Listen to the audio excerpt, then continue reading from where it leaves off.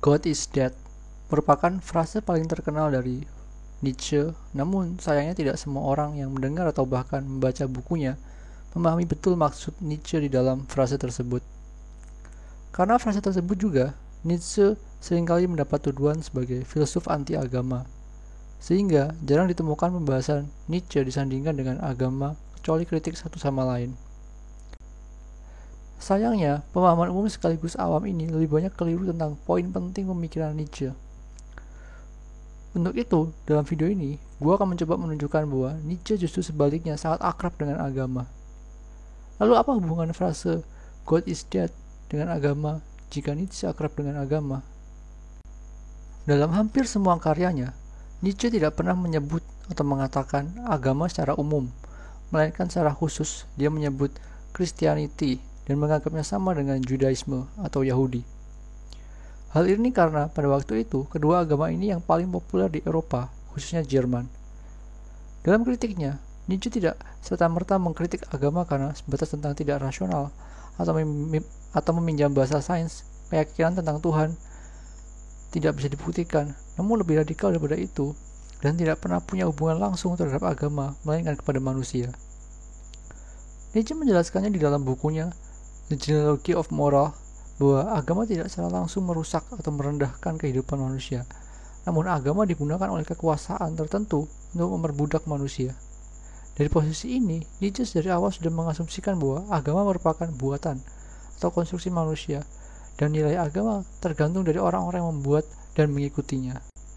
Nietzsche meyakini kehidupan manusia harus ditujukan pada sesuatu yang mulia atau noble, namun kehadiran Christianity di Eropa justru menurunkan kemuliaan kehidupan manusia dan mengubahnya menjadi kaum bermental budak, slave morality.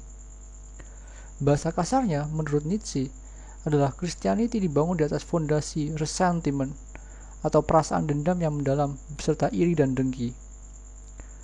Moralitas budak bekerja dengan membalik nilai baik buruk kehidupan manusia. Contoh yang paling jelas terwujud pada adanya dosa dan neraka. Konsep dosa digunakan untuk menjustifikasi apa yang tidak mereka punyai, seperti makanan berlimpah, banyak uang, mempunyai kekuasaan, dan tentu saja kepuasan seksual.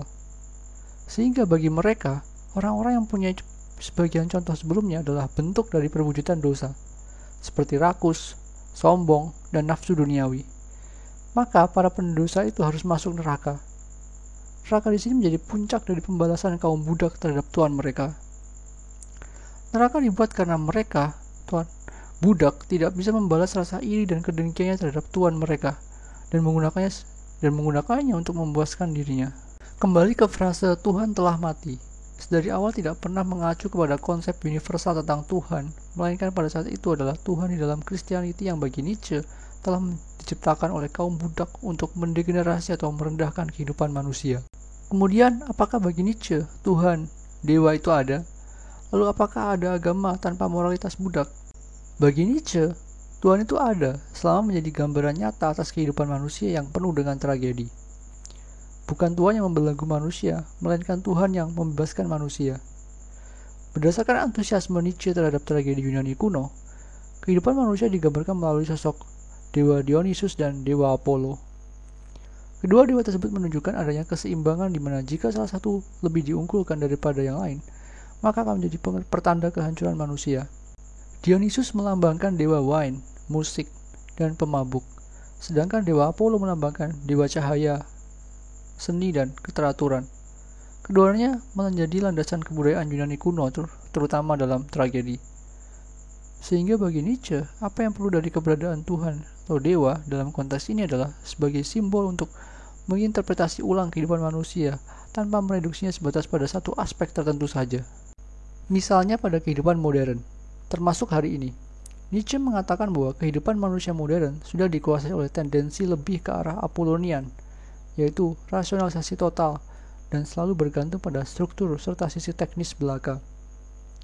Tentu saja hal tersebut telah menghilangkan sisi Dionysian manusia yang begitu irasional dan tidak terkendali.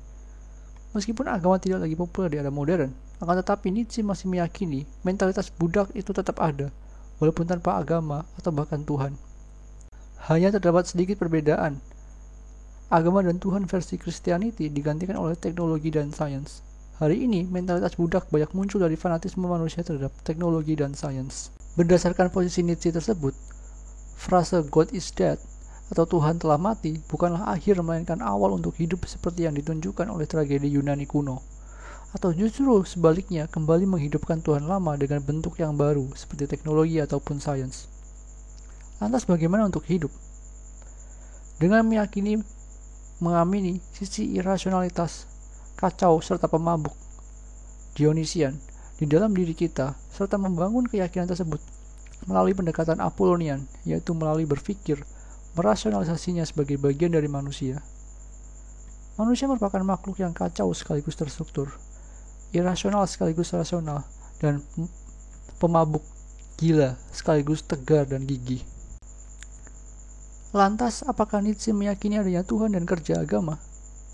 Seperti yang sudah dikatakan sebelumnya, Nietzsche tidak pernah secara universal menyerang kedua konsep tersebut.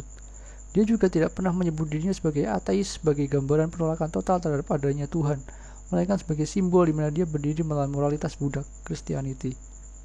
Sebaliknya di dalam bukunya, Nietzsche Philosophy of Religion, Julian Jung mengatakan bahwa Nietzsche sejatinya sangat meyakini Tuhan, termasuk agama. Pertama, seperti yang sudah dijelaskan di atas, Nietzsche sangat terinspirasi dari Dionysus dan Apollo, serta menganggap mereka sebagai proyeksi manusia. Mengamini keduanya merupakan langkah awal untuk mencintai kehidupan.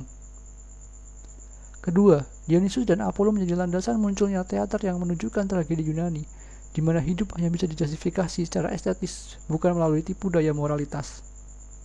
Jung menyebut bahwa mengamini kedua dewa tersebut menjadi langkah awal untuk menghidupkan kembali festival lama tentang kecintaan terhadap kehidupan guna melawan nihilisme di era modern yang secara individual nampak pada gagasan Nietzsche tentang will to power. Suatu kegigihan manusia untuk terus maju dan lebih kuat sebagai satu-satunya justifikasi betapa estetisnya kehidupan manusia.